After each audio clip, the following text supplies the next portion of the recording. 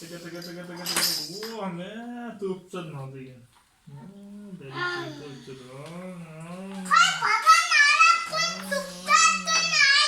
Ne jirgin mi? Kamaz mı?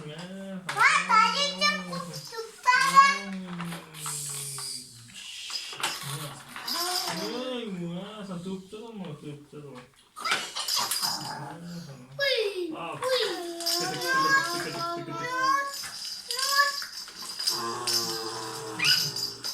Vay, kaç yoldan ya? Kaç yoldan ya?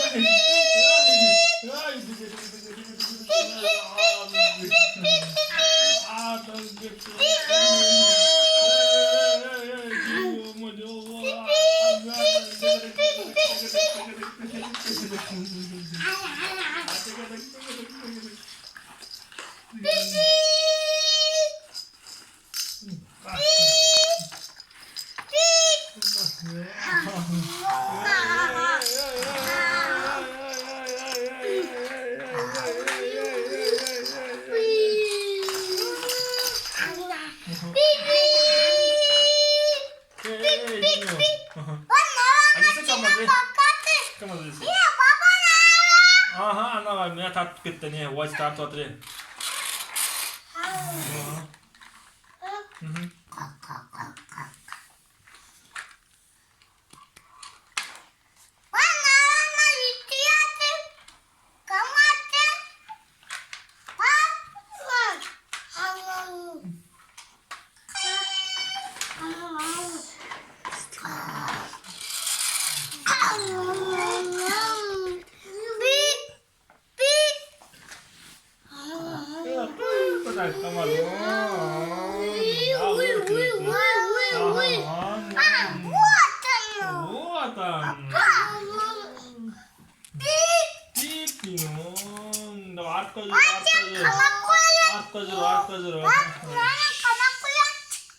Ne kamak koysun mu ne?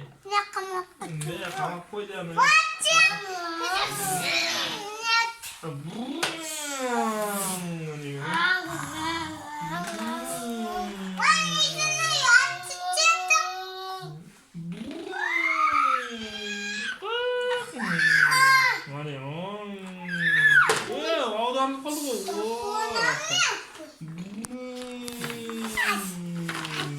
Nessa.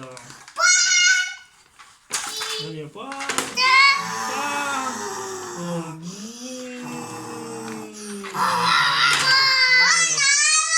Nessa.